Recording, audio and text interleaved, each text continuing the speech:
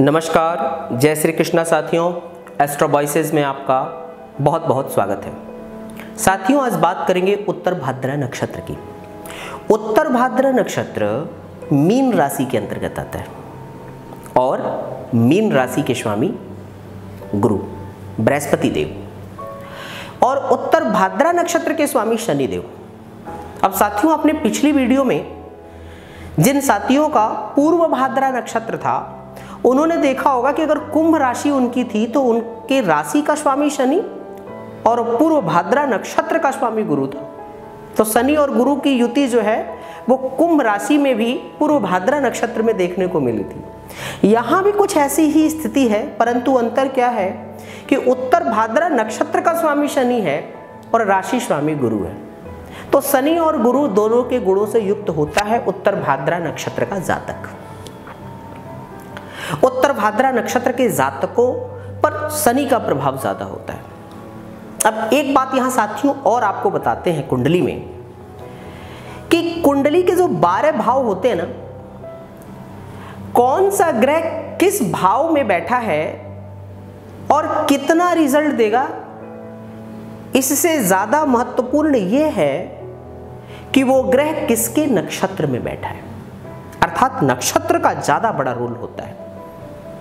अब इसको ऐसे आप समझ सकते हैं कि चंद्रमा से आने वाली रोशनी तो सफेद ही होती है और अगर वो किसी वस्तु या जातक पर गिरेगी तो सफेद ही दिखती है।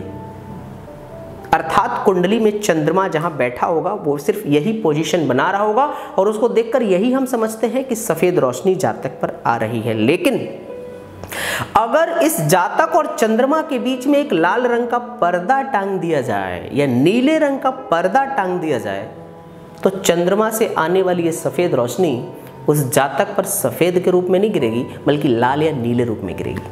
तो बस यही समझ लीजिए कि ग्रह और जातक के बीच में नक्षत्र, इसलिए उस ग्रह के सर्वाधिक परिणाम नक्षत्र स्वामी देता है।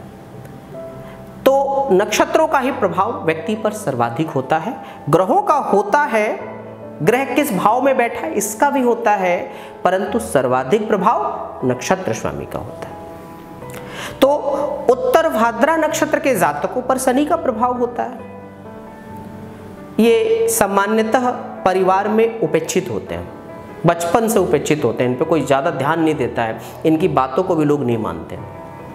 तो संघर्ष तो इनके जीवन में बचपन से ही शुरू हो जाता है। परिवार के सदस्य इनकी तरफ या इनकी बातों की तरफ बहुत कम गंभीरता से ध्यान देते हैं। पिता से और माता से दोनों से अच्छे संबंध नहीं रहते हैं। ऐसे जातकों का भाग्य उदय भी विवाह उपरांत होता है। ऐसा जातक अपने संघर्ष के बल पर अपने जीवन में उन्नति प्राप्त करता है। इसमें बहुत साहस होता है, इसको कोई सपोर्ट नहीं मिलता, कोई सहारा नहीं मिलता है, तो एकला चले वाली राह पर चलता है। और एकला चलो रे और चल के सफल हो जाओ रे, अर्थात अकेले चलेगा और चल के सफल भी होगा, किसी समर्थन की इसका आवश्यकता नहीं है। तो ये इसका एक सामान्य चरित्र होता है। उत्तर भाद्र नक्षत्र के जातकों का, जैसा मैंने अभी अभी कहा कि भाग्योदय ही विवाह के बाद होता है, मतलब इनकी पत्नी भाग्यशाली, इनकी पत्नी इनकी भाग्यशाली होती है और पत्नी के आने से इनके जीवन में 4 चांद लग जाते हैं, मतलब हर क्षेत्र में सफलता के द्वार खुल जाते हैं। और संतान इनकी सबसे बड़ी पूंजी, इनकी संतान बहुत योग्य होती है, इनकी संतान बहुत इनके काम आती है, मतलब इनकी संतान इनकी सबसे बड़ी पूंजी है, इनके साथ हमेशा खड़ी रहती है सेवा भाव के लिए और संतान इनकी बहुत तरक्की करती है। तो उत्तर भाद्र नक्षत्र के जातक स्वयं तो बड़े संघर्ष करते हैं और बहुत कॉम्प्रोमाइज करके, बहुत मेहनत करके एक मुकाम हासिल करते हैं, परंतु विवाह के बाद पत्नी इनकी बहुत लकी होती है, होती ही है सामान्यतः, और विवाह के बाद इनका भाग्य उदय होता है, इनके जो भाग्य के रास्ते होते हैं वो खुल जाते हैं। और संतान के बाद तो इनकी तरक्की बहुत तेजी से होती है। जैसे जैसे संतान बड़ी होती है वैसे वैसे इनका भाग्य भी बड़ा होता है और वैसे वैसे इनके जीवन में समृद्धि भी आती है। तो संतान बहुत लकी होती है, पत्नी भी बहुत लकी होती है। इनके लिए 2 महत्वपूर्ण बातें। सतविसा नक्षत्र के वो जातक जिनका अभी विवाह नहीं हुआ है या जो संघर्षशील है, उनको अपने जीवन में अपने कष्टों को कम करने के लिए ओम शम नामक मंत्र का उच्चारण कई बार करना चाहिए। ओम शम, इस मंत्र के उच्चारण से इनके कष्टों में बहुत बड़ी गिरावट होगी। साथ में बृहस्पतिवार के दिन केले की अगर ये पूजा करें और शनिवार के दिन पीपल के पेड़ को जल दें और शनि मंदिर में दिया जलाएं, तब भी इनके लिए काफ़ी अच्छा होगा और ये अपने जीवन में काफ़ी तरक्की शुरू कर लेंगे।